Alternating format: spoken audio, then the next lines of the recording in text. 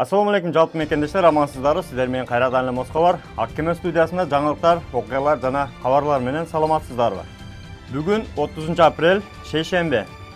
Күнүңүздөр берекелүү, ишиңиздер ийгиликтүү болсун.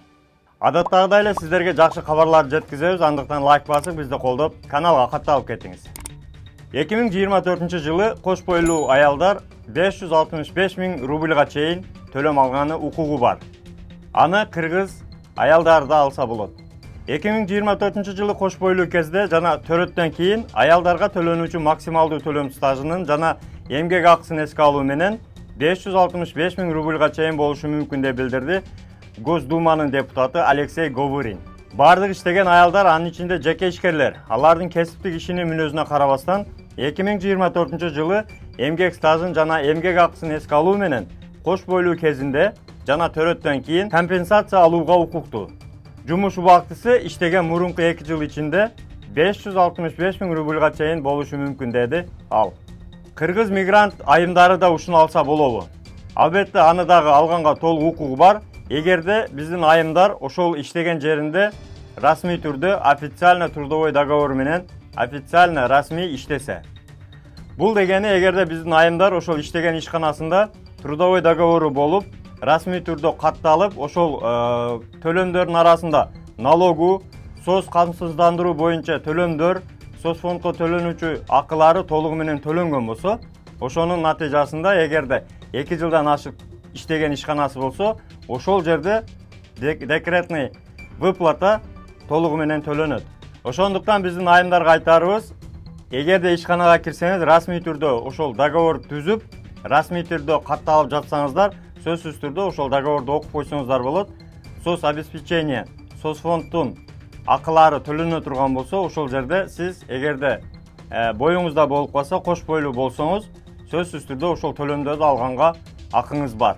Бул төлөмдөр жөнүндө айта кетсек, бул көпчүлүккө белгилүү материнский капитал эмес, бул декретный баягы төлөмдөр, ошол кош бойлуу болуп иштеген жерден камсыздандыруу боюнча соц фонддон төлөнүүчү төлөмдөр.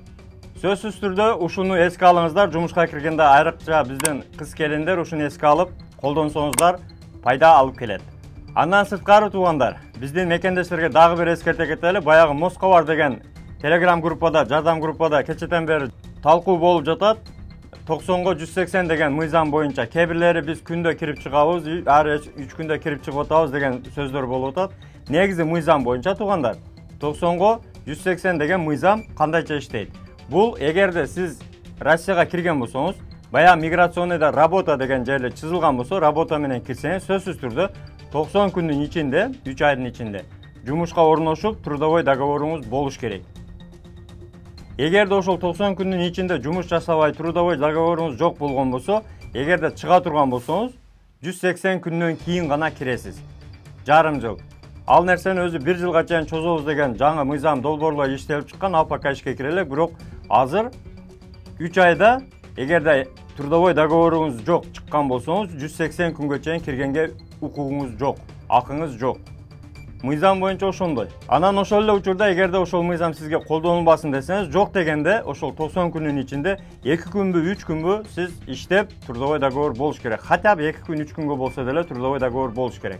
Ал мыйзам азыр негизи кыргыздарга өтө аз колдонулат, себеби биз киргенден кийин сөзсүз 90 күнүн ичинде жок дегенде 1 ай иштеп чыгабыз, бир жерге кирип 1 жума иштеп чыгабыз, ошолор эске алынат дагы, ошол законго туура келбей, ошол колдонулбай калат. Ал эми мынабы биздин кошуна мамлекеттин мигранттары, Тажикстан, Өзбекстандын патенти бар, өзүңүздөр билесиздер. Алар күнүгө күнүмдүктү санайт. Патент эгерде 1 күн өтүп кеткен болсо, алар сразу законду бузган, мыйзамды бузган, сразу эле ошол мыйзам баягы 90го 180ге сразу түшөт. А биздикилер именно Кыргызстандын жарандары андай мыйзамга анда санда гана түшөт. Ошондуктан көбү билбейт, каалаганда чыгып, каалаганда кирсе боло берет дейт. Ооба болот. Эгерде ошол кирген 90 күнүн ичинде жок дегенде 2-3 күндүк же 1 жумалык трудовой договоруңуз болсо жарай берет. Ошол мыйзамдын статьяларын бузулбайт, ошондуктан колдонулбайт. Туугандар, ошондуктан биздин мекендештерге кайрылуубуз, киргенден кийин 90 күнүн ичинде, 3 айдын ичинде ошол миграцион суроого бүтө электе сөзсүз түрдө жок дегенде 1 жумалык договор кылып коюңуздар. Биздин мекендештерим көп айтат, жумушка барсак официальный договор бербейт, трудовой келишим бербейт деп. Эгерде иштеген жериңиздерден бербесе, Жок дегенде жергиликтүү жарандарды ошо РФ паспорт менен таап, тууган урук болгон болсо, тааныштар болгон болсо, ошолор аркылуу жок дегенде 1 жумалык договор түзсөңүздөр дагы өтө берет. ГПХ деп коет. Жеке адамдар менен түзүлгөн договорду.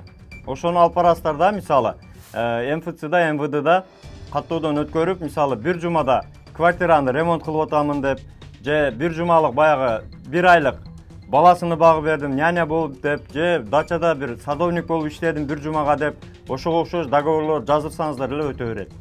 Жок дегенде ошону кылып койсоңуздар, ушул 90/180 деген мыйзамга түшпөйсүздөр. Россияда мыйзамдуу жүргөн жаран катары эсептелинет.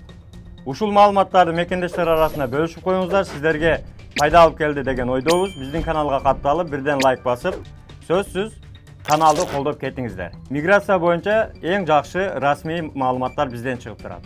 Анан дагы майрамдык маанайды түшүрбөйүн десеңиздер, туугандар, сөзсүз өзүңүздөрдүн документиңиздерди жаныңызга ала жүрүңүз.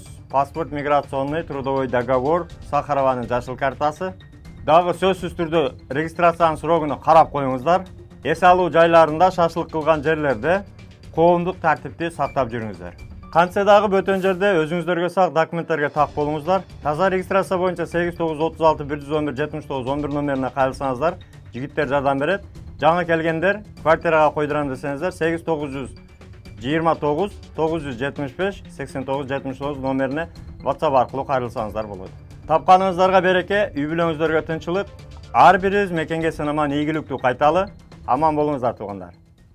Москвада мекендештер, документ жок кыйналсаңыздар, регистрация бүтүп калса, же өтүп кетсе, же жоготуп алсаңыз, миграционканы жаңылатыш керек болсо, чек арага коркпой чыгып келейин десеңиз, баягы эле Москвадагы хит болгон Мухиддин ажы кызматта.